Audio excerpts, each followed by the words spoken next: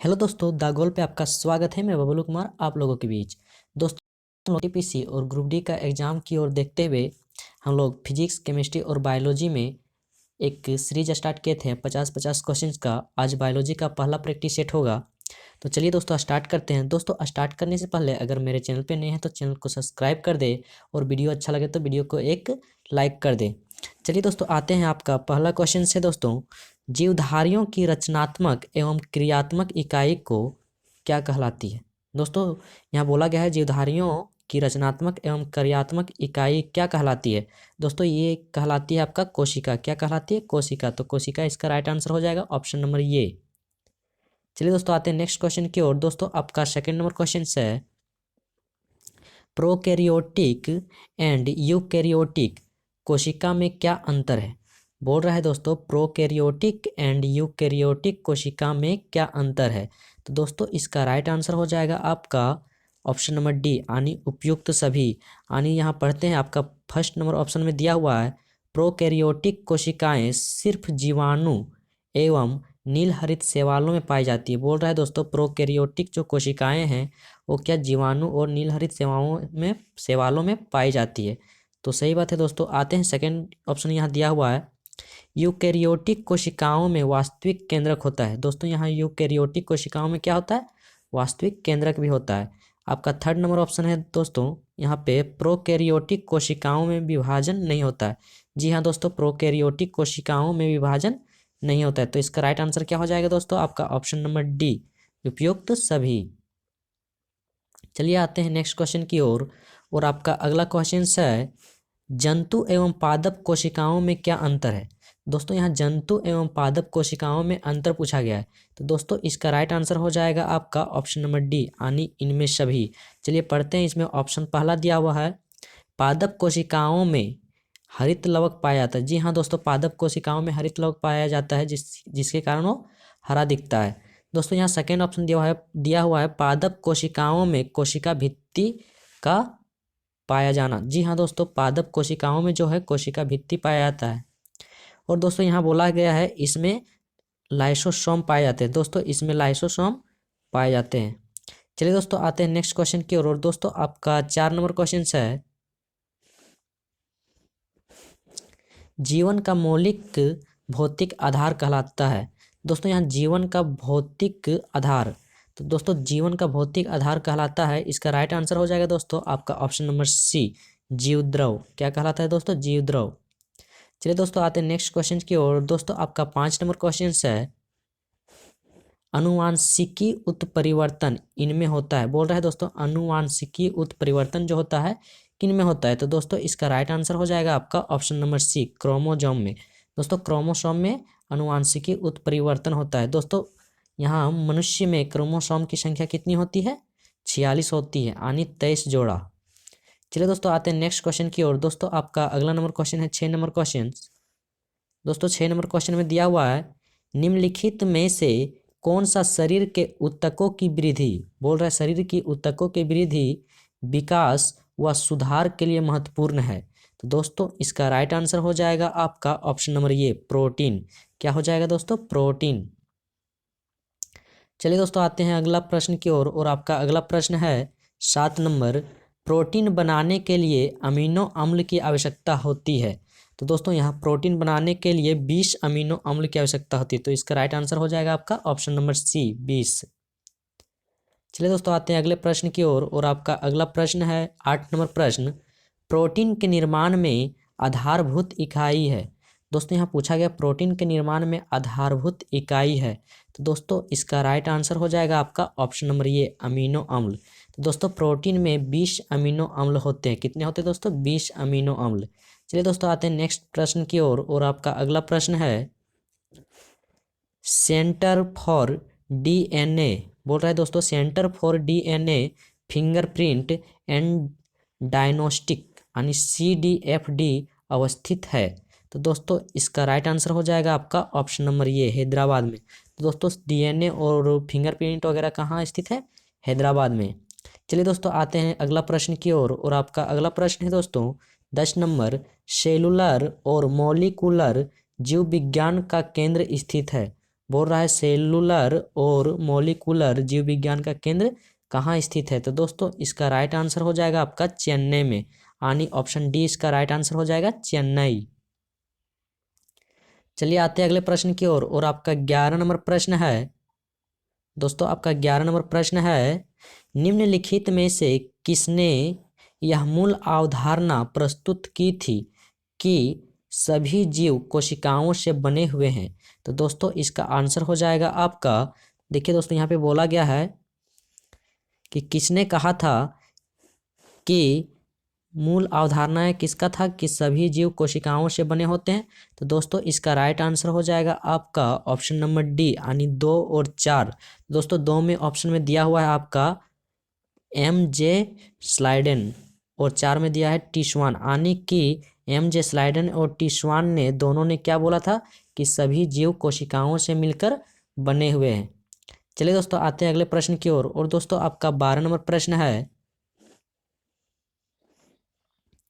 दोस्तों 12 नंबर प्रश्न है, RNA का मुख्य कार्य क्या है? बोल रहा है दोस्तों RNA का मुख्य कार्य क्या है?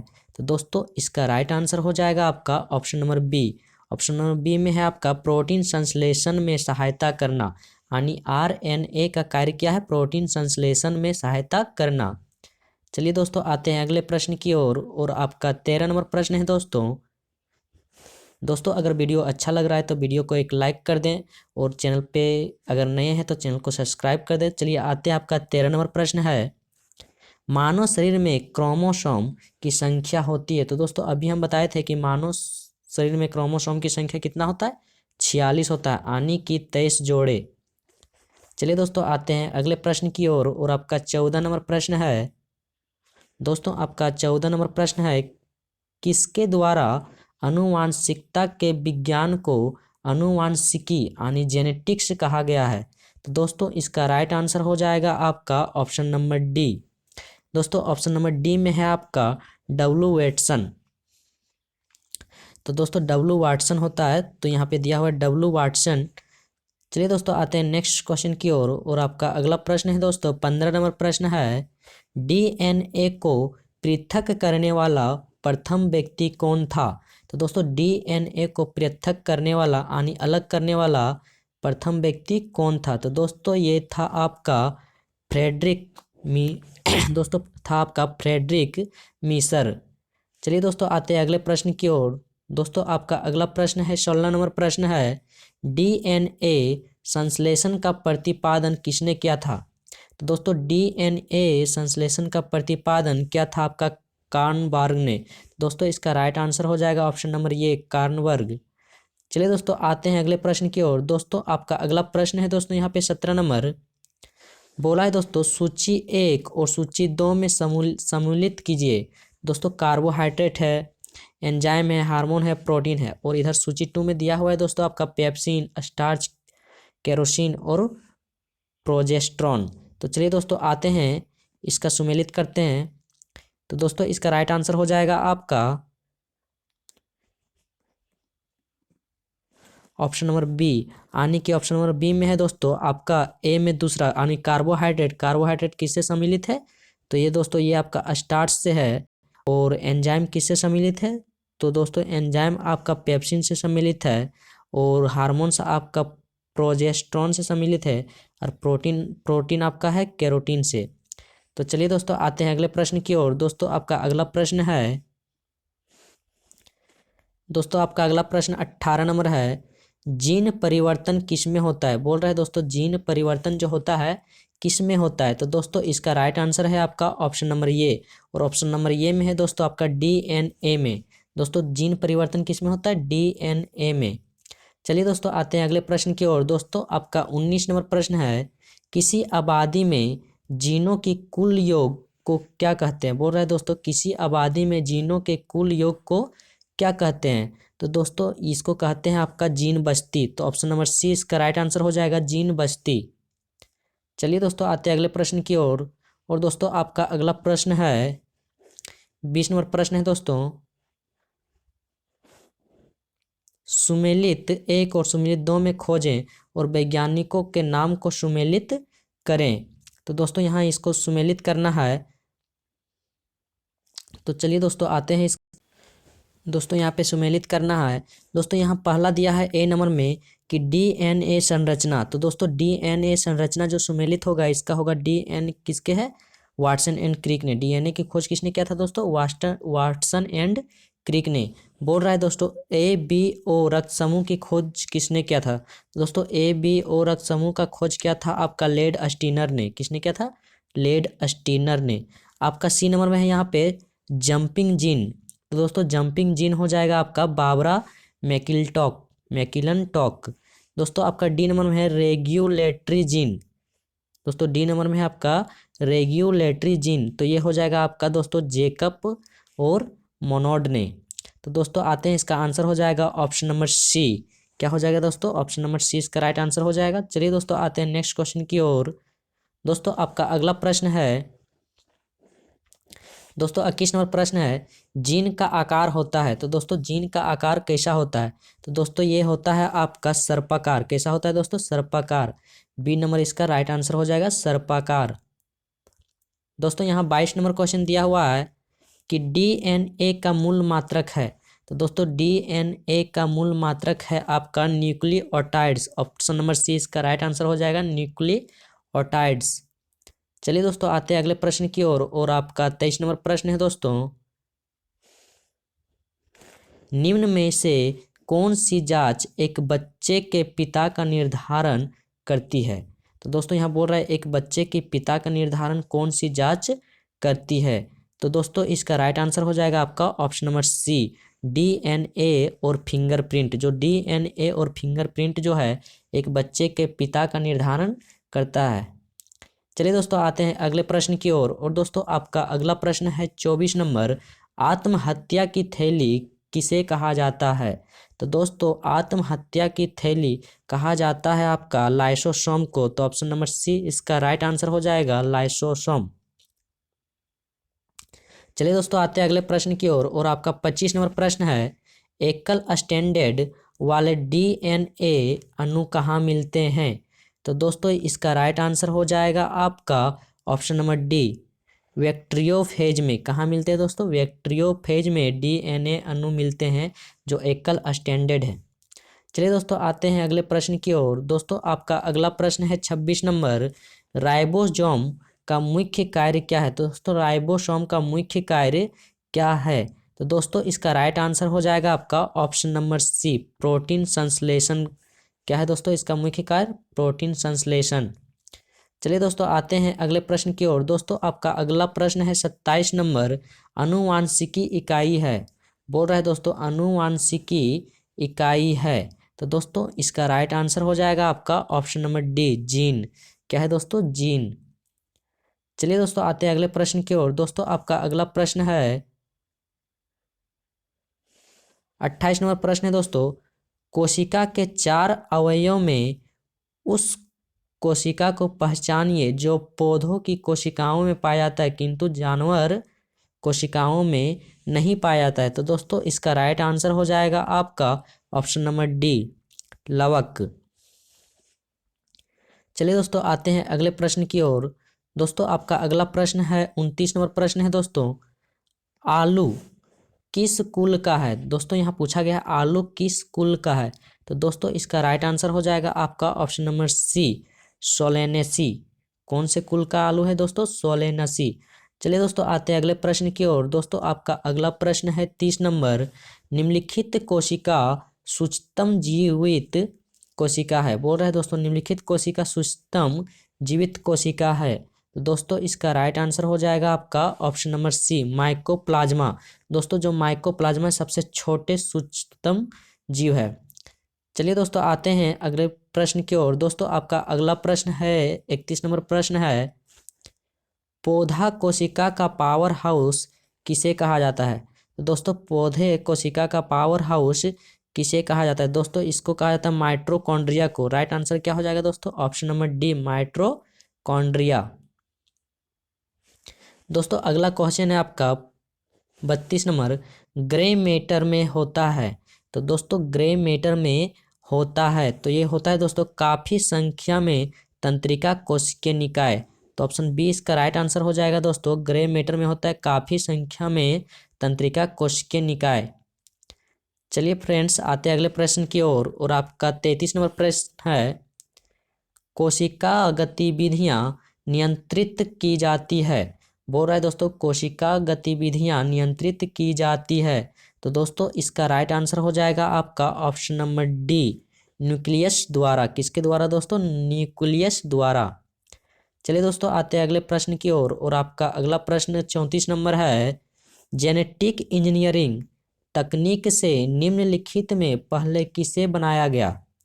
तो दोस्तों इसका राइट आंसर हो जाएगा आपका ऑप्शन नंबर ये, ट्रांसजेनिक बैक्टीरिया। क्या होगा दोस्तों? Transgenic bacteria. चलिए दोस्तों, आते हैं अगले प्रश्न की ओर और दोस्तों आपका अगला प्रश्न 35 नंबर क्वेश्चन है, कोशिकाओं में तत्कालीन ऊर्जा उत्पादन के लिए निम्नलिखित में से एक लिया जाता है। दोस्तों तुरंत ऊर्जा के लिए क्या लिया जाता है? तो दोस्तों इसका राइट आंसर हो जाएगा आपका ऑप्शन नंबर डी, ग्लूकोज। दोस्तों तुरंत एनर्जी के लिए क्या लिया जाता है? ग्लूकोज लिया जाता है। चलिए दोस्तों, आते हैं अगले प्रश्न की ओर। दोस्तों आपका 36 नंबर प्रश्न है, पौधा का वह भाग जो पानी एवं विलयों के जड़ों से पौधों के अनेक भागों में ले जाता है। तो दोस्तों पौधों के अनेक भागों में जो पानी ले जाता है वो क्या कहलाता है? जाइलम। क्या होगा दोस्तों इसका राइट आंसर? B, xylem. चलिए दोस्तों, आते हैं अगले प्रश्न की ओर। दोस्तों आपका अगला प्रश्न है 37 नंबर प्रश्न है दोस्तों, आधुनिक आनुवांशिकता का सिद्धांत किसने दिया था? तो दोस्तों आधुनिक आनुवांशिकता का सिद्धांत दिया था आपका ग्रेगरी मेंडल ने। किसने दिया था? ग्रेगर मेंडल ने। चलिए दोस्तों, आते हैं अगले प्रश्न की ओर। दोस्तों आपका अगला प्रश्न है 38 नंबर, शोषण में कार्बोहाइड्रेट निम्नलिखित में विखंडित हो जाता है। बोल रहे दोस्तों, शोषण के दौरान कार्बोहाइड्रेट निम्नलिखित में विखंडन हो जाता है। तो दोस्तों इसका राइट आंसर हो जाएगा आपका कार्बन डाइऑक्साइड और जल में। ऑप्शन बी इसका क्या हो जाएगा दोस्तों? Right answer.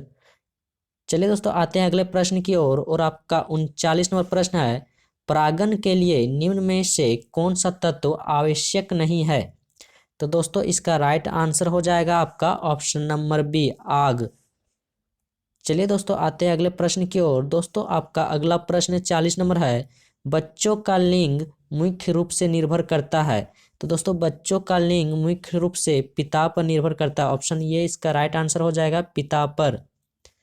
चलिए दोस्तों, आते हैं अगले प्रश्न की ओर। दोस्तों आपका अगला प्रश्न है, क्लोनिंग पद निम्नलिखित में से संबंधित होता है।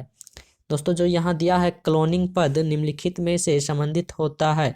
तो दोस्तों इसका राइट आंसर हो जाएगा आपका जनन विज्ञान पर। ऑप्शन बी इसका राइट आंसर हो जाएगा, जनन विज्ञान। चलिए दोस्तों, आते हैं अगले प्रश्न की ओर।